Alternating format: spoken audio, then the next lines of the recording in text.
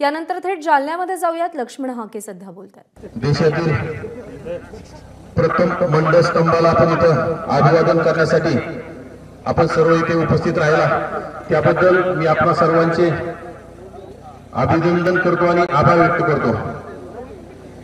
देशात प्रथम मंडळ स्तंभ का निर्माण करावा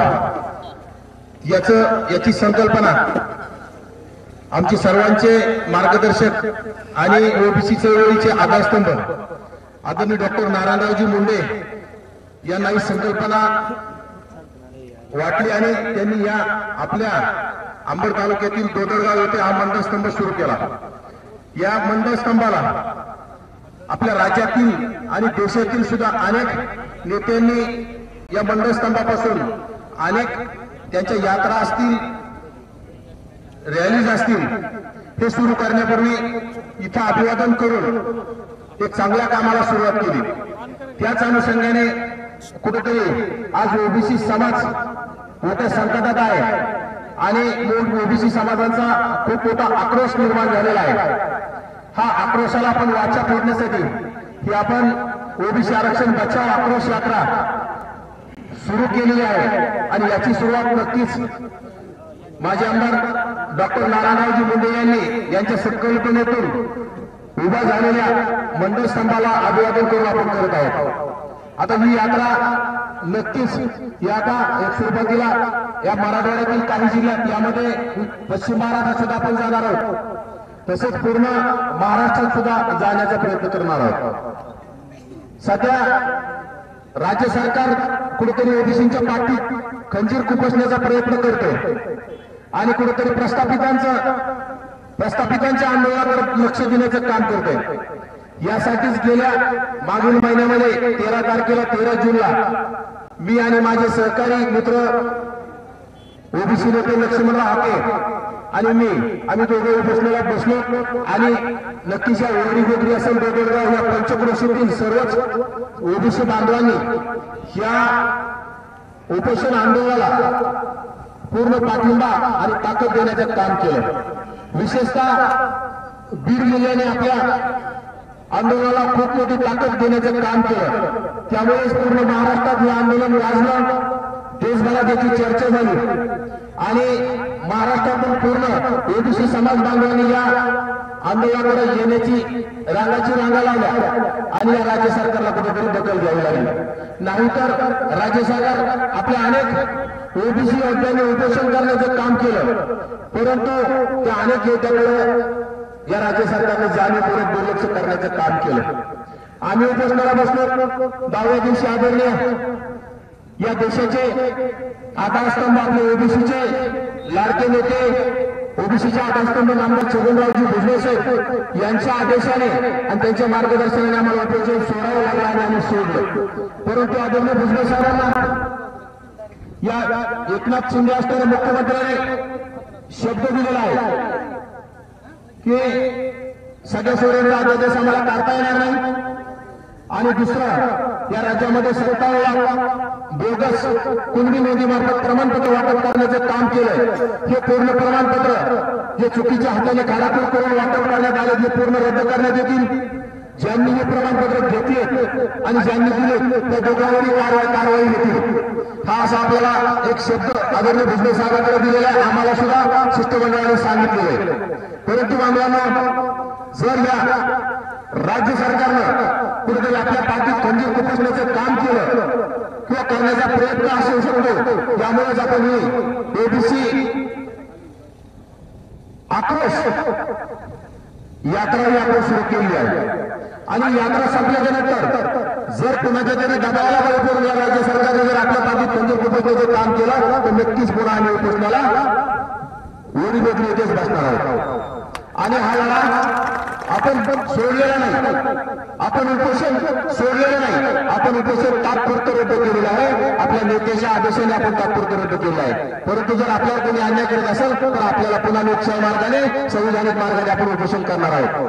त्यामुळं आपल्या सर्वांचे आशीर्वाद, आपल्या सर्वांची साथ आम्हाला हवी आहे, कारण आपल्या सर्वांच्या साथीनेच हे आमचे उपोषण राज्यभर आणि देशभर गाजण्याचं काम झालं। नक्कीच आमच्यासारख्या अनेक संघर्ष योद्ध्यांनी उपोषण केलं, परंतु समाजाने साथ कमी दिल्यामुळे त्या संघर्ष उद्या या राज्य सरकारने तसंच प्रसार माध्यमाने सुद्धा दुर्लक्ष करण्याचं काम केलं. परंतु इथं ओबीसी समाजाचा वाढता पाठिंबा आणि प्रसार माध्यमाने सुद्धा आपल्याला भरपूर तसा पाठिंबा दिला. त्यामुळे नक्कीच हे राज्य सरकारला आपल्यासमोर झुकावं लागलं.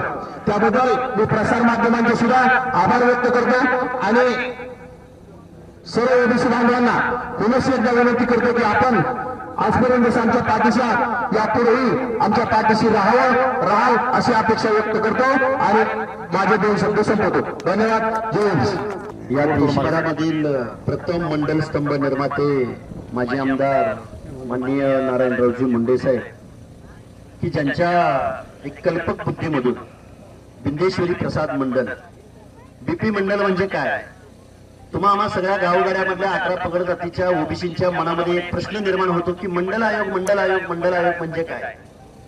तर त्या बिंदेश्वरी प्रसाद मंडल या बिहारच्या 2 वेळा मुख्यमंत्रीपदी राहिलेल्या माणसाचा, की ज्या माणसाच्या अभ्यासातून, ज्या माणसाच्या सर्वेमधून या देशभरामध्ये मंडल आयोगाचं काम झालं, त्या बिंदेश्वरी प्रसाद मंडल यांच्या कार्याला सलामी देण्यासाठी, कार्य नेहमी स्मरणात राहण्यासाठी या देशभरामध्ये सगळ्यात पहिल्यांदा मंडल स्तंभ या माझ्या अंबड तालुक्यातल्या या दोदडगावमध्ये झाला.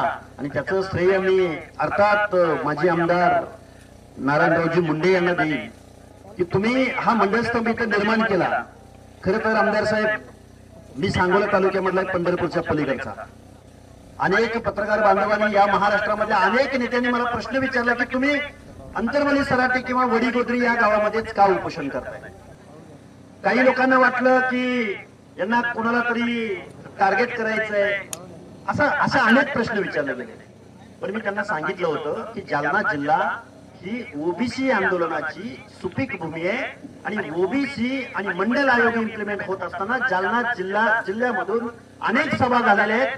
तो इतिहास मी तुमच्या समोर आता सांगणार नाही. पण आज मंडल आयोगाच्या या स्तंभावरती आम्ही आलोय.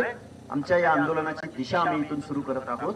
पण महाराष्ट्रामधल्या सगळ्या लोकांना माझी विनंती आहे, माझे मित्र वाघमारे साहेब आणि आम्ही आमचं उपोषण संपल्यानंतर आम्ही राष्ट्रमाता मा जिजाऊच्या सिंदखेड राजामध्ये गेलो, पोहरादेवीला गेलो, भगवानगडावर गेलो, गोपीनाथगडावर गेलो, सावित्रीमाईंच्या जन्मगावी नायगावला गेलो, त्यानंतर सुभेदार मल्हारराव होळकरांच्या जन्मगावी गेलो, त्यानंतर नरवीर राजा उमाजी नाईकांच्या भिवडी या गावी गेलो, त्यानंतर राजर्षी शाहू राजाला कोल्हापूरला जाऊन अभिवादन केलं. त्याचबरोबर शिवा काशीदांच्या पुण्यतिथीच्या दिवशी आम्ही पन्हाळगडाला गेलो.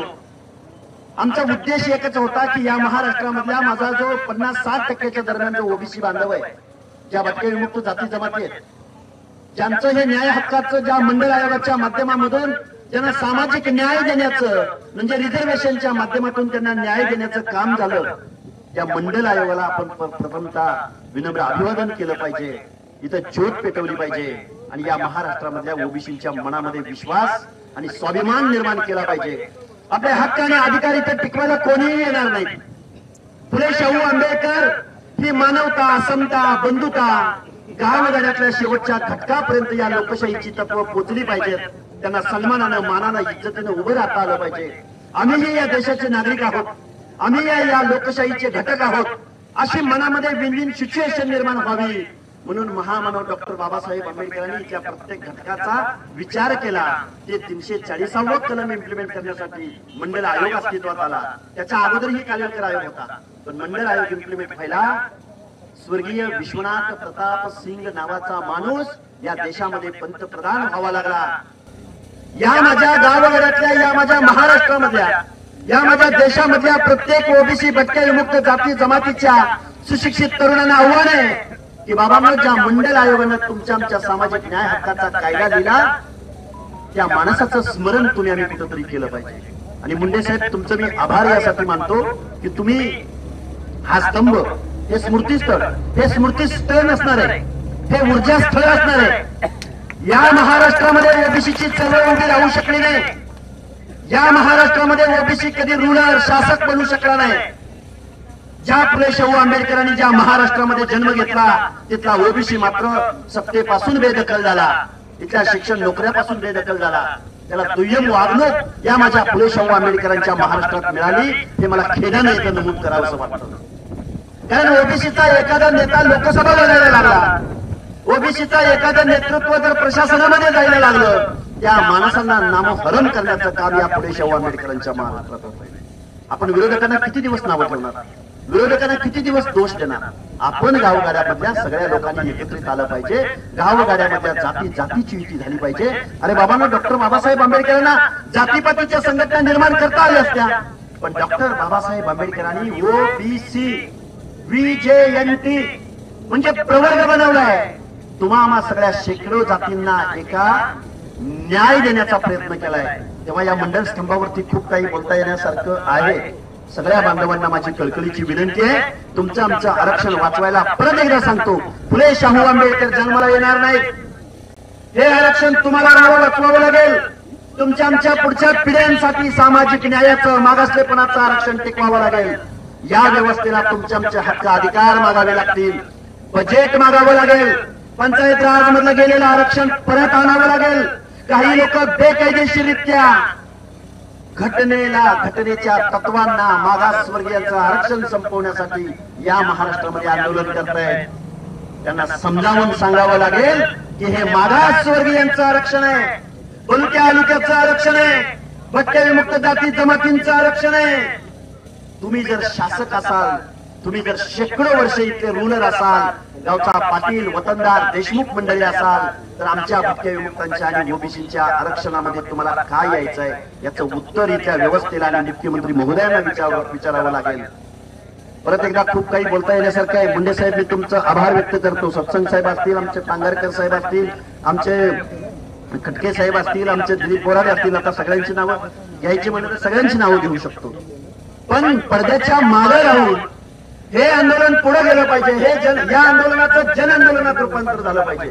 म्हणून शेकडो कार्यकर्ते माझ्या या अंबड तालुक्यामध्ये कार्यकर्ते काम करतात. या सगळ्या लोकांना धन्यवाद देतो.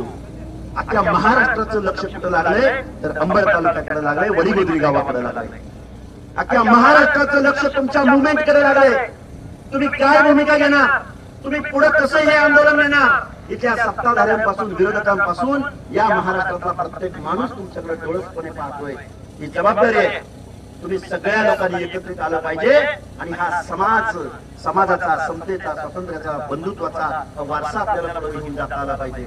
खूप काही बोलता येण्यासारखं आहे. धन्यवाद. परत एकदा जय मंडल आणि नवे पर्व.